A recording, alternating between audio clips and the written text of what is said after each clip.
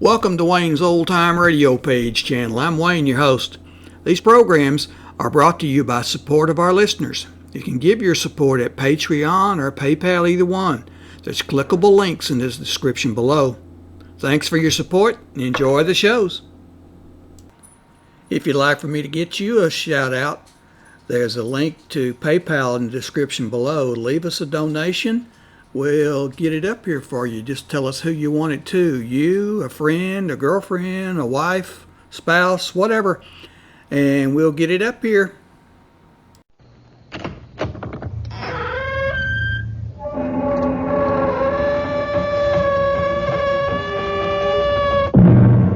Come in. Welcome. Welcome to Mystery Theater. I'm Hyman Brown. Welcome to the sounds of suspense, to the fear you can hear. Make yourself comfortable, for there are ill winds blowing outside.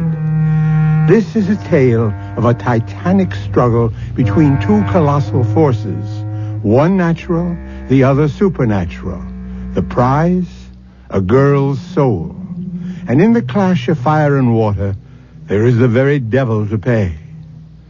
Come with me now to the faraway Firth in Scotland to meet the first of the forces. It's the tide. It comes in faster than an express train. Is it always like this? Twice a day. Doesn't it ever break? It will when it gets just about abreast of us. Isn't it exciting? That's one word for it. That's why you don't dare go out on the flats on foot. If the tide was due, you'd never make it ashore.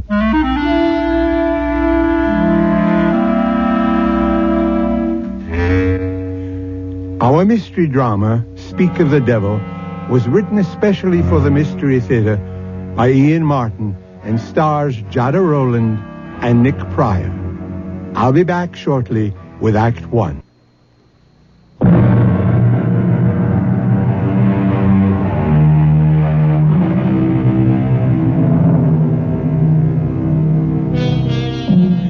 They say he who dreams on the Solway will wake in another world.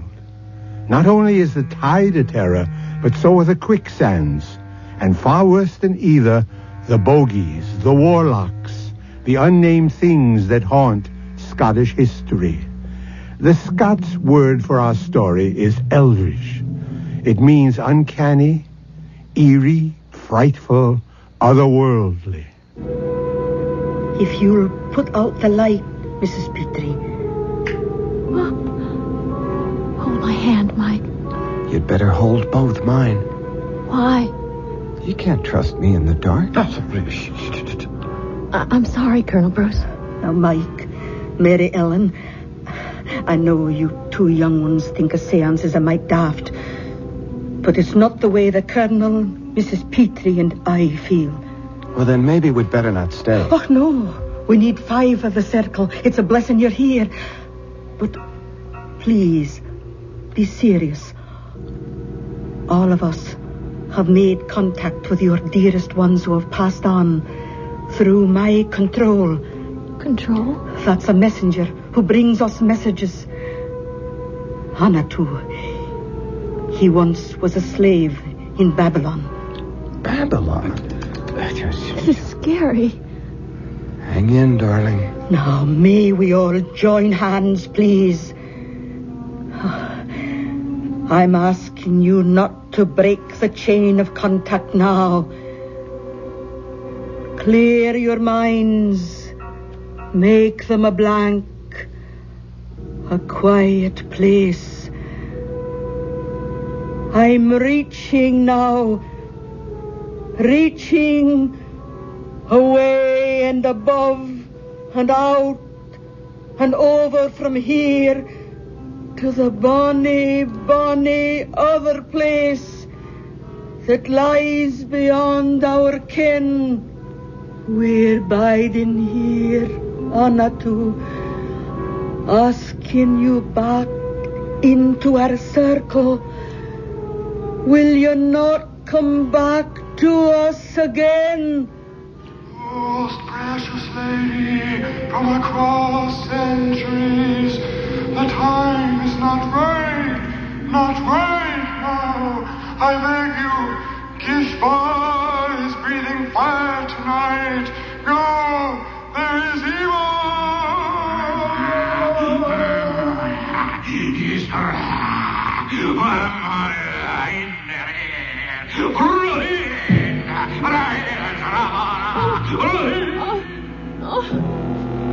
Stop it, in heaven's name. Someone get the light. Yes. It burned. It burned. Ellen, where's that damn light? Mary Ellen, are you all right? Yes, sir. What's all that smoke? Oh, that's just the incense we burn. I'm the one to blame for meddling in the business of the Lord. We'll not ever have a seance in this house again. I'm afraid that I loosed some devil out of hell this night.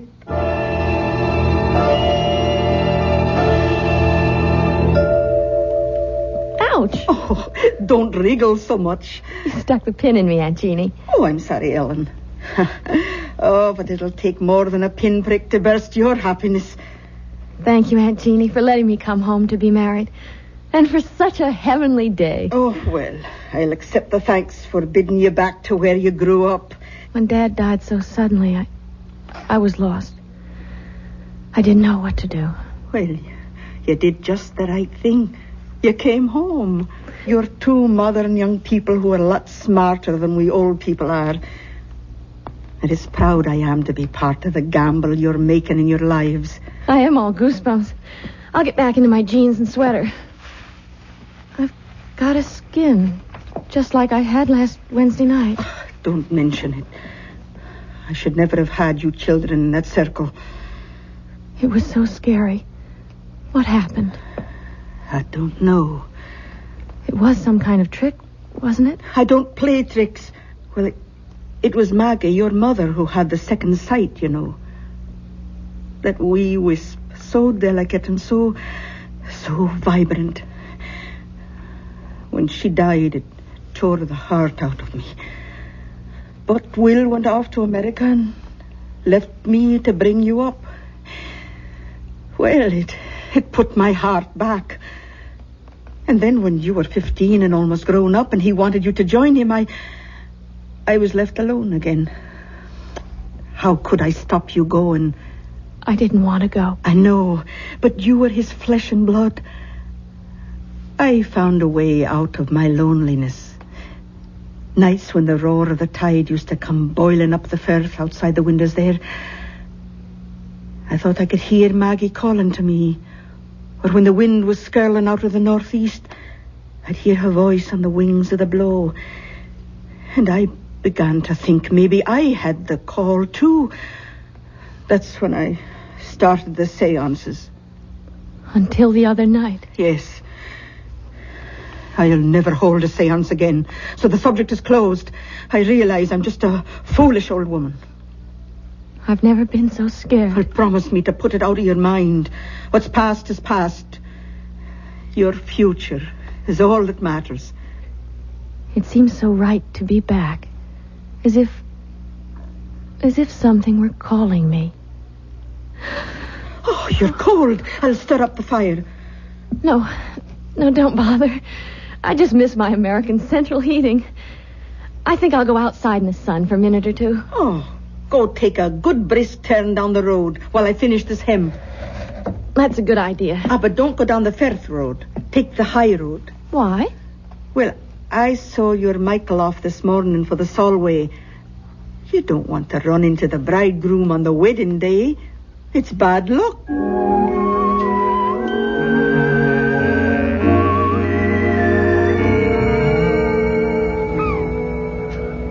Kiss me, Ellen. Aunt Jeannie thinks it's bad luck for the bride and groom to see each other on the wedding day. You can't fault that. Back in Nebraska, my mother used to feel the same way. But that's just old-fashioned. And Aunt Jeannie something else? Darling, your Aunt Jeannie sure is something else. Good or bad? About 90% good.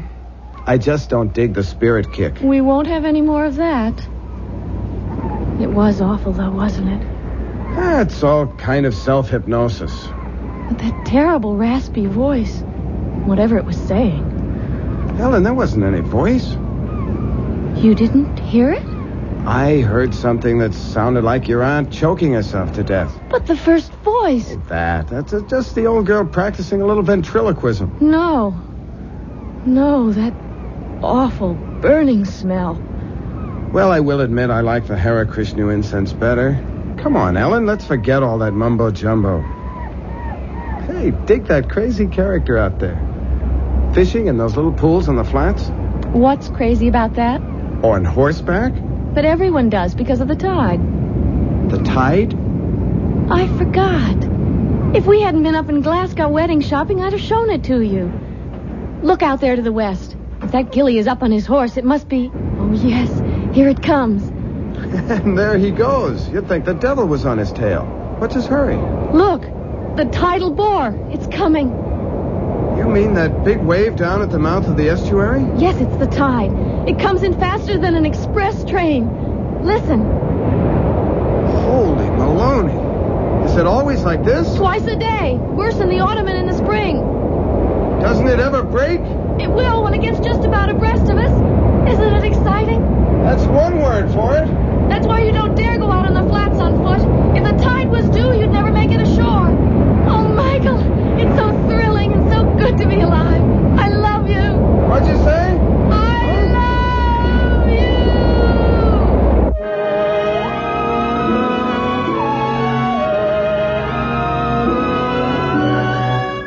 Mike?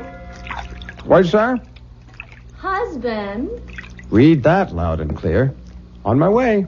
What's taking you so long? Just brushing my teeth. Please come to bed. Why didn't you say that in the first place? Will you come under the covers? I'm freezing. I'll put some more coal in the fire. I don't want coal. I want my brand new husband.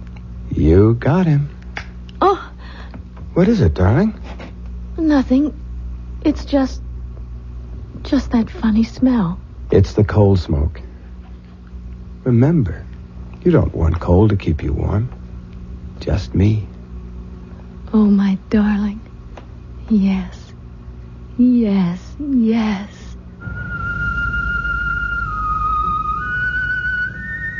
My husband. My darling. My husband. You. No. No. Please. No. No. Don't touch me. Go away. No. Oh, no. Michael. Your breath. Oh, your hair. Oh, no. No. No. I cast you out.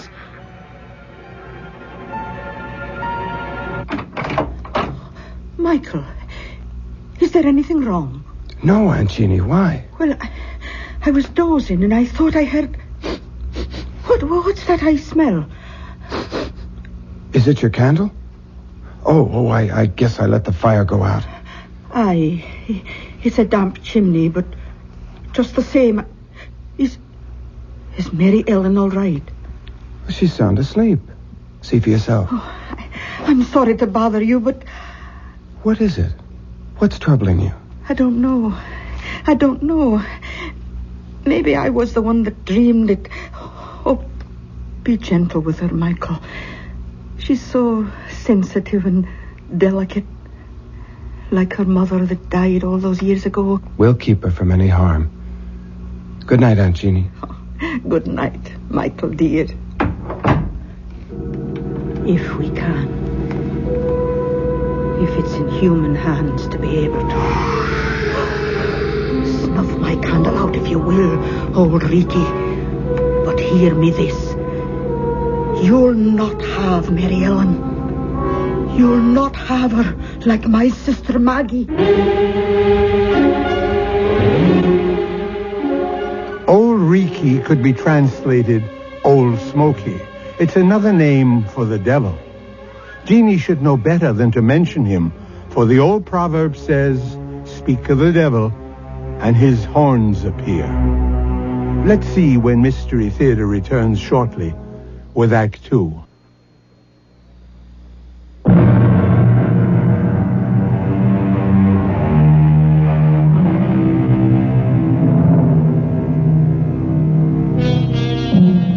Dreams are made to die with the opening of day, and superstition fades and falters in the sunlight. So by the following morning, we could hope our bride and bridegroom would wake and rise on the right side of the bed. Let's find out as Michael comes downstairs. Oh, good morning, Michael. I'm in the kitchen. Come on out. Morning, Aunt Jeannie. Well, and how is the bridegroom today? Well, the bridegroom's first rate. It's the bride who's not. Oh, what's wrong with the wee lass? Oh, I don't know. I think now you were right last night. Huh? Right. About what? Oh, she had some kind of a bad dream. But if she did, she won't tell me about it. What do you think it might have been? Oh, I don't know. She's a sensitive wee thing. And she's back in the part of the house where her mother died. That was Maggie's room you're in. Maybe I should never have put you there. Anyway, I'll get her tea and go on up and have a wee chat.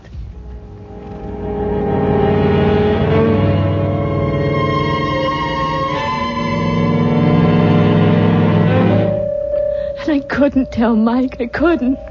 Not after my wedding night. How could I dream anything so vile and hideous?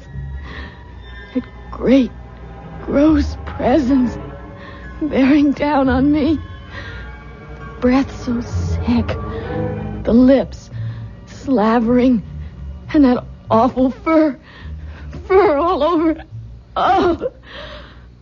And the fire burning me.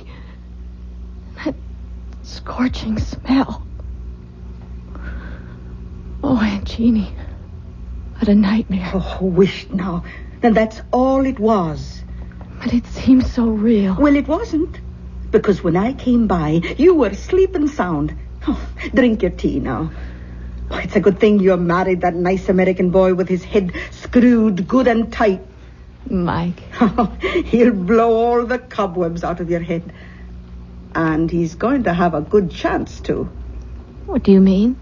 I mean, you two are going to have a nice honeymoon all alone for a big, long month. Where are you going? Oh, I've got an old girls' school chum who lives just outside Blackpool at St. Anne-on-Sea. For years, she's wanted me to visit. I'm not going to drive you out of your house. Oh, you're going to do more than that, Mary Ellen. You and your handsome, bonny husband are going to move downstairs to my room, away from this drafty old flue. And while I'm gone, I'm going to get it fixed so the fire will burn clean. But... And I'll not take no for an answer.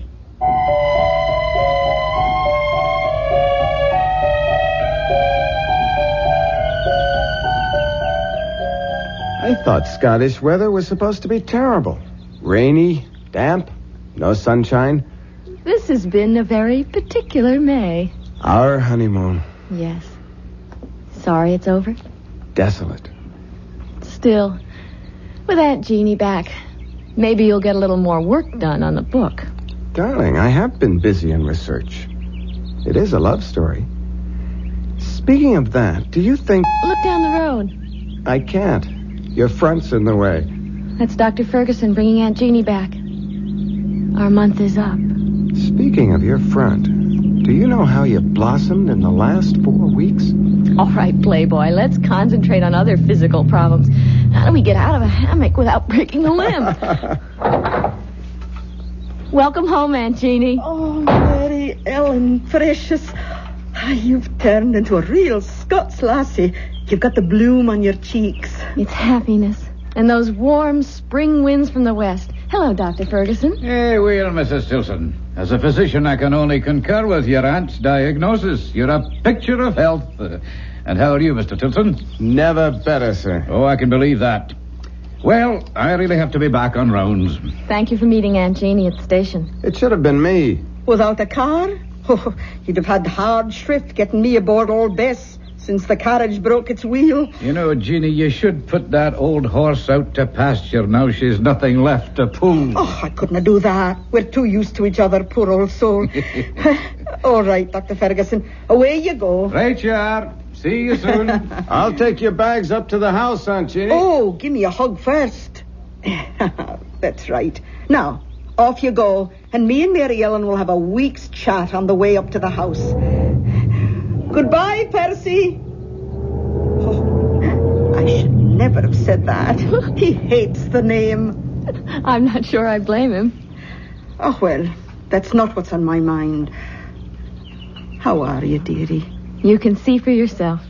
Oh, don't say anything to Mike yet, but I just have to tell someone.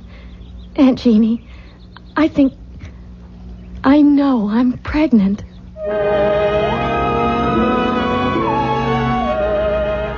Well, Mrs. Stilson. Tell me, am I pregnant? Oh, the tests will prove it, but I'll bet on it. And let me say that you're the loveliest expected mother I've ever had under my care.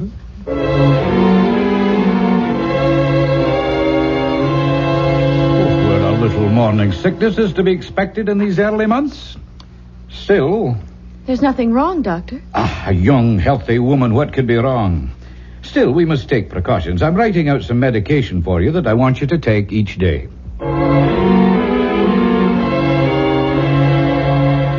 But what does Dr. Ferguson say is causing it? It's nothing, dear. Just some little hitch. Honey, we both had thorough physical checkups before we came to Scotland. The RH factor is ruled out. Why should you... Lots of women have morning sickness. It isn't only in the morning, Helen. I'll talk to Dr. Ferguson. Maybe we should change the medication.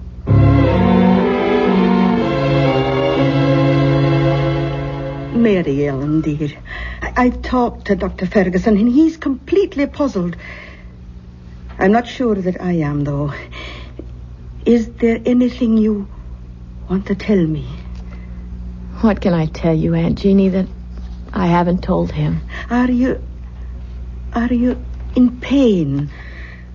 I've talked to the doctor about that. It isn't pain.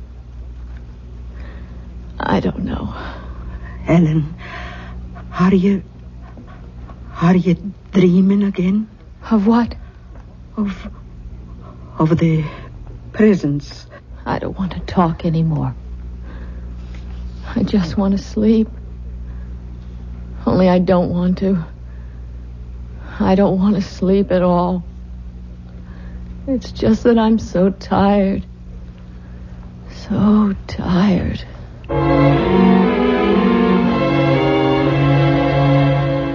You have to help me, Aunt Jeannie. How, Michael? Dr. Ferguson says that physically Mellon should be all right. The baby seems to be thriving. It's her mental state that... Do you know she won't go to sleep at nights? She forces herself to stay awake? What is it she's afraid of dreaming about, Aunt Jeannie? It is that, isn't it? I can't tell you just what she's dreaming. I'm too far out of touch since I went away. But I do know one thing. The only way to stop it is to get her away from here. As easy as that? Oh, not so easy, maybe. She's bound and determined on having you finish your book first. Ah, the devil take the book. Mellon comes first.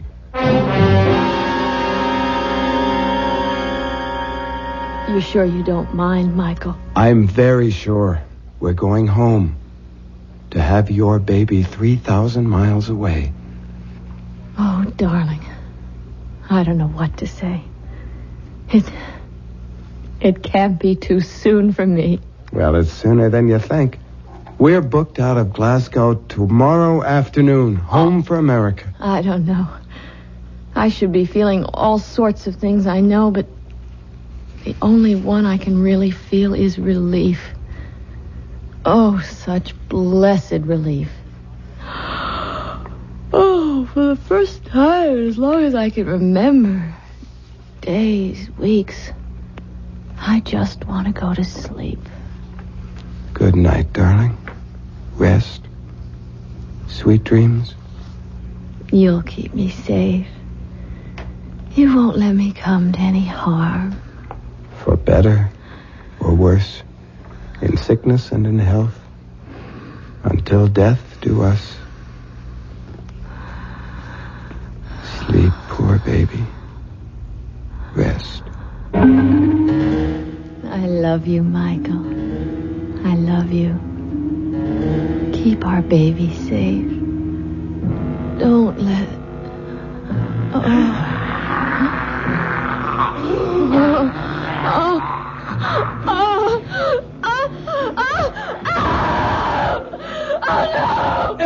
Ellen, what is it? Oh, I don't know. It's pain, like a knife. I think maybe I'm gonna lose the baby. You're gonna be all right, Ellen. Don't worry. Get Dr. Ferguson. I'm gonna call him now. You'll be all right. I'm fine. Just get him. I'll send Aunt Jeannie up to you while I phone. Aunt Jeannie! What is it? What is it, Michael? Helen, maybe a miscarriage. What's Dr. Ferguson's number? Oh, you'll no get him by the phone. It's out of order again. Hello? Laddie, it's no use. It won't be fixed before morning. I'll go to the neighbors. It's a party line. If one's out, they're all out. Oh, God! How far to the doctors? It's a good 3 miles. Who's got a car? Only Colonel Petrie, and he's away up to Edinburgh for his regimental reunion. All right, then I'll go on foot. Aunt Jeannie, go up and help her. I'll make it as fast as I can. By the way, Michael, can you ride a horse? Yes? Good. Then take old Bessie. There's a bridle and saddle by her in the barn. She'll get you there faster. Take care of her, Aunt Jeannie. Don't let anything happen to her. Right along the Firth Road till you come to town. He's the 3rd house in on the right. And take care of yourself.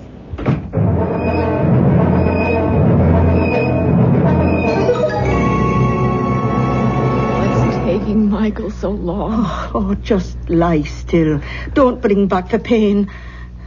It's funny. I thought it was going to tear me in two. And then within 10 minutes after Michael left the house, it just stopped suddenly. As if... What's that? Oh, there's a car. That'll be the doctor. I'll let him in. Bide quiet now. Oh dear. Oh, come on in, doctor. What took you so long? Oh, I tried to phone you the moment I found out, and I got here as soon as... Yes. Oh, then you know. Of course I know. Who do you think's been taking care of Mary Ellen? Now you get on up to her and... What? Where's Michael? Oh, Jeannie, Michael is dead. Dead? How? Here, let me close the door. Oh. Was Michael riding to try to fetch me? Of course. She thought she was losing the baby. What happened to him? Bess must have thrown him. Oh, she never threw a body in her life. She was as gentle as... Something must have frightened her, driven her frantic. Jeannie, this is a terrible thing to tell you, but I examined the boy, and his body was covered with hoof marks.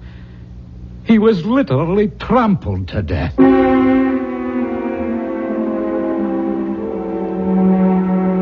So Ellen has kept her baby and lost her husband. Some evil force shadows this innocent and tragic girl and still may threaten her. Those hoof marks, were they from the horse or in some dark, unfathomable way, were they supernatural, a demon's footprint? Perhaps we'll know when Mystery Theater returns with Act 3.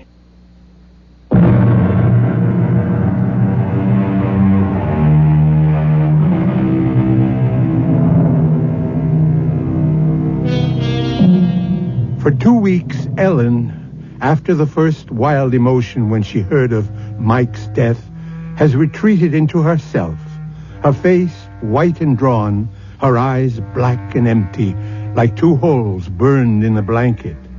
Now, as the doctor comes down, after examining her... How is she today, doctor? No change, listless, unreachable, hopeless. And her health. The baby. The baby. There's no doubts of its vitality. Oh, I have a terrible time getting her to eat anything. Well, you must be more successful than you think, Jeannie. There's nothing the matter with Mary Ellen physically. No, it's her mental health that concerns me. The poor bairn has been through a terrible shock, Percy. Yeah, I know. You don't think there is any chance of her losing her mind? Jeannie, Mary Ellen is beyond me and my knowledge. Somehow we've got to call in a psychiatrist. Oh, Percy, what is it you're afraid of for Mary Ellen? Well, you don't like my medical terms. I want to know. Very well, then.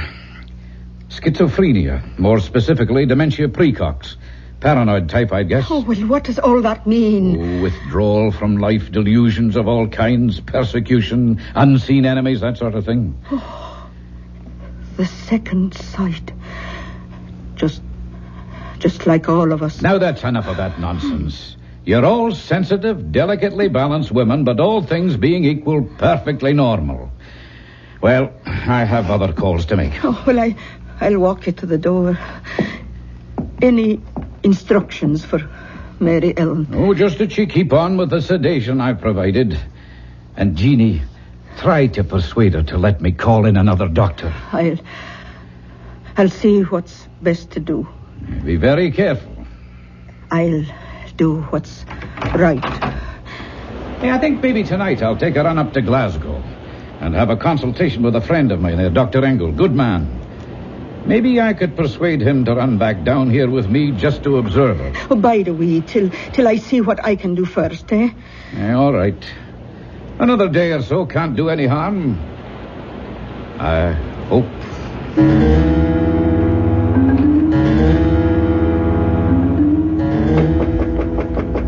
Who is it? It's Aunt Jeannie, Mary Ellen. May I come in? If you want. I thought you might like a wee cup of tea. No, thanks. What are you staring at? Out the window. The Solway. The tide just came in. Roaring and boiling.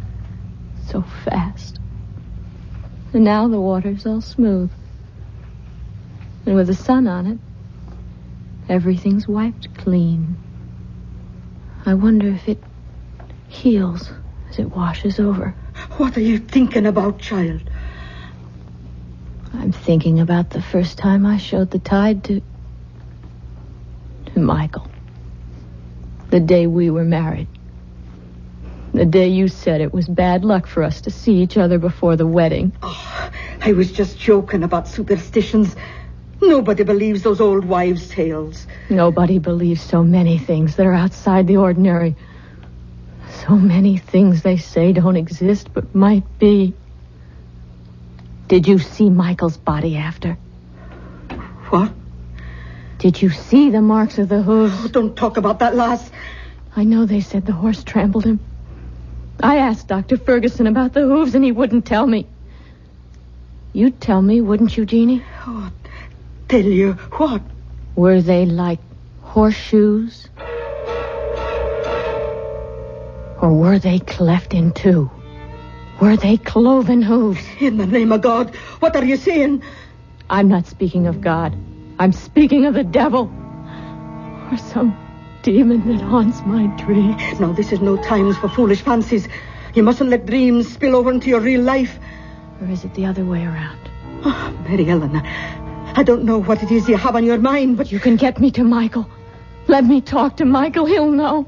He can tell me what to do.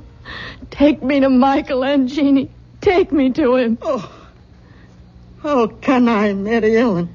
You know I know he's dead. I know he's passed beyond. But you can reach him. You can hold a seance. No. Oh, no. I swore I never would again after... After what happened that night when something got loose? Some evil presence? Something from... Auntie, you let him loose. The least you can do is help me undo the harm. I can't. I won't. I'll get the doctor. You dare to bring him here and I'll kill myself. I swear it. Child, you're out of your... No. Not yet. But if you don't have that seance and let me find out from Michael what to do, I will be. I'll lose my mind. You've got to promise. Promise. Oh, calm down, child. Calm down. Tonight. Now. No, that isn't possible. There have to be more than two to form a circle. Then call in the colonel and that other woman, anyone. Just promise me. Promise. I need him. I need Michael. Promise, Aunt Jeannie, promise. May God forgive me. I promise.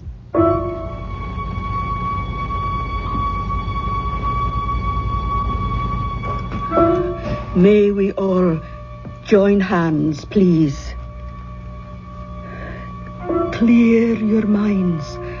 Make them a blank, a quiet place, open and hushed. I'm reaching now, reaching away and above and out and over from here to the bonny, bonny other place that lies beyond our ken. Can you hear me, Anatu? Can you come to me into our circle? Anatu, we're reaching for you. Oh, I can't make contact. Ask for Michael. I have no way to him. Then let me. Oh, try it. Everyone, concentrate.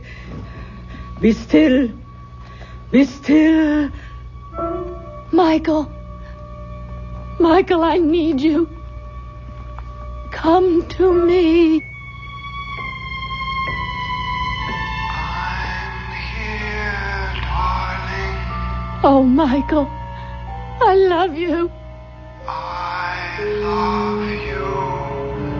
We'll be together again. Michael. It's not our child you're carrying. Get rid of it. Michael! It's no use, child. There's no contact tonight. We can break the ring. Will someone turn on the light, please? Oh, I'm that sorry, Mary Ellen. It's all right, Aunt Jeannie. You gave me what I wanted. I found out what I needed to know.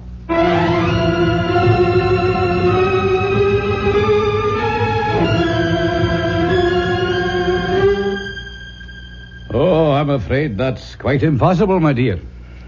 You're not as backward as that, Dr. Ferguson. Then help me. I can't, dear. It's too late. What do you mean, too late? When you came to me a few weeks ago and we determined your pregnancy, you must have known that I would know it was already well advanced. But it wasn't. Michael and I were only married a month before that.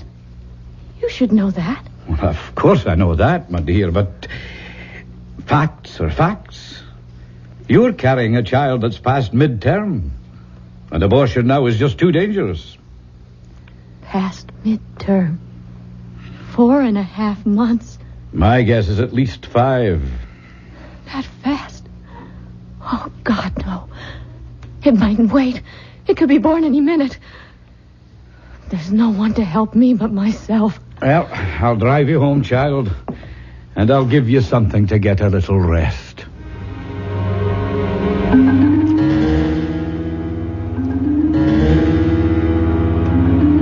She's sound asleep now, Jeannie. Let's go downstairs and talk. Poor wee angel. So thin and pale and haunted. Come away. Let her rest.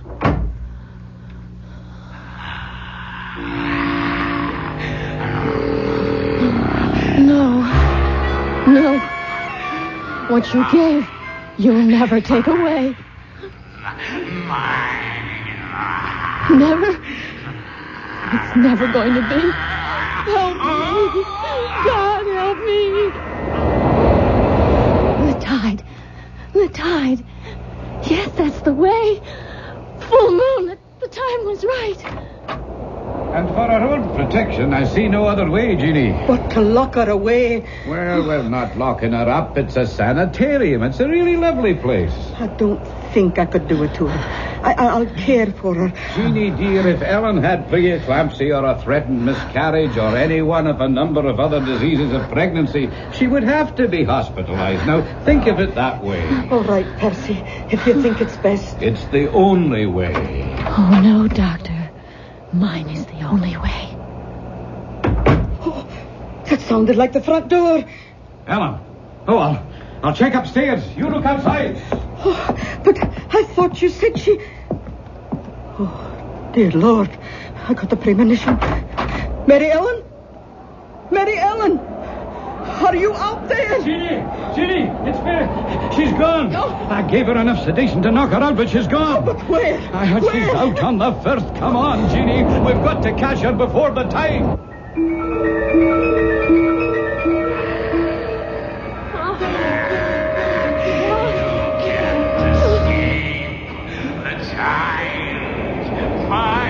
You'll never have him. He'll never be born.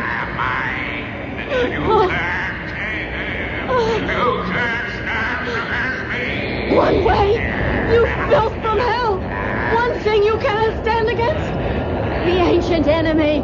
Look, listen. Michael! I'm coming home!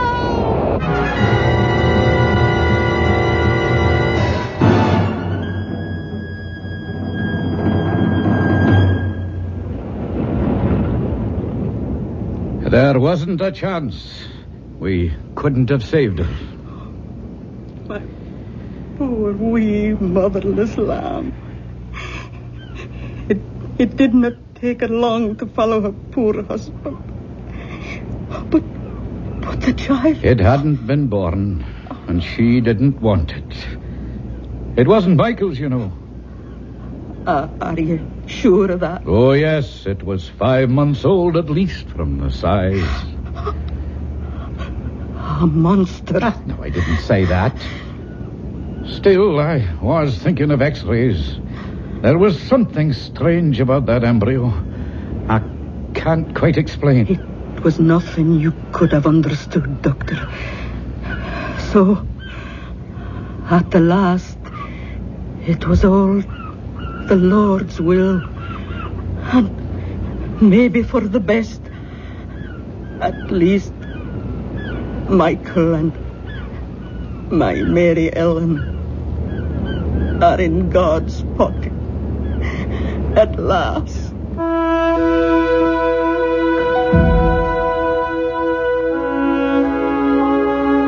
I'll be back in a moment with a final thought.